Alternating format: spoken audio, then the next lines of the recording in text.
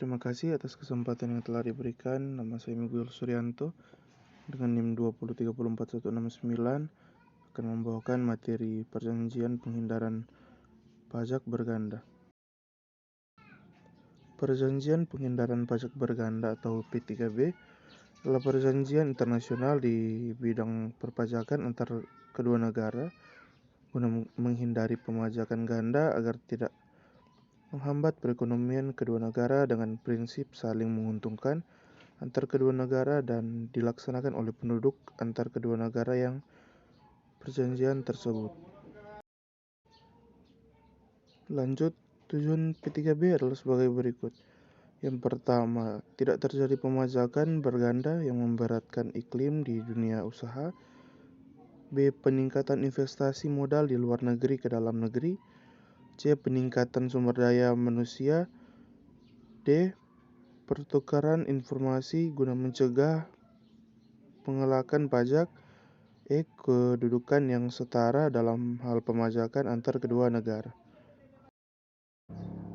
Selanjutnya, menghilangkan pajak berganda. Yang pertama, ketentuan pajak domestik. Yang kedua, tax treaty. Yang ketiga, prosedur perjanjian bersama atau mutual agreement procedure atau MAP. Yang keempat, arbitrase. Selanjutnya, metode hak pemajakan di berbagai negara untuk menghindari pemajakan berganda antara lain. 1. Metode pemajakan unilateral. Metode ini mengatur bahwa negara Republik Indonesia mempunyai kekuatan hukum di dalamnya yang mengatur masyarakat atau badan internasional dan ditetapkan sepihak oleh negara Indonesia sendiri. Dengan kata lain, tidak ada yang bisa mengatur negara kita lain karena hal itu merupakan kewibawaan dan kedaulatan negara kita. Yang kedua, metode pemajakan bilateral. Metode ini dalam perhitungan pengenaan perjanjian kedua Indonesia, tidak negara atau tax treaty, dapat sesuka hati menerapkan jumlah pajak terutang penduduk asing atau badan internasional dua negara yang telah mengadakan perjanjian. Justru peraturan perpajakan Indonesia tidak berlaku bila mana terdapat tax treaty. Yang ketiga, metode didasarkan pada konvensi.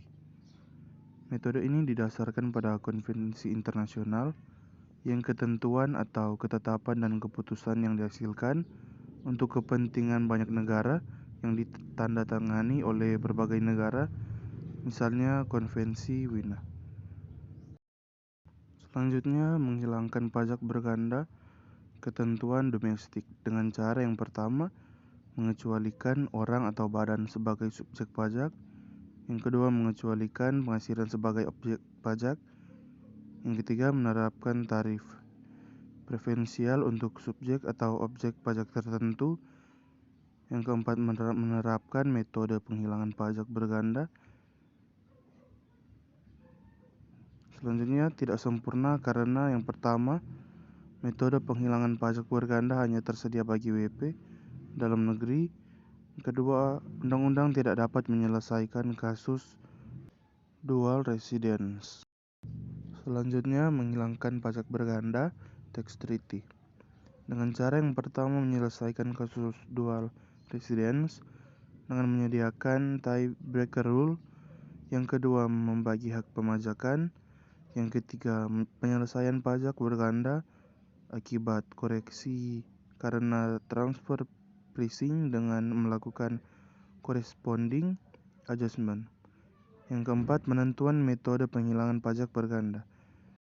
Yang kelima, mewajibkan competent authority menyelesaikan penerapan P3B yang tidak sebagaimana mestinya melalui konsultasi atau mutual agreement producers bila diminta oleh WP.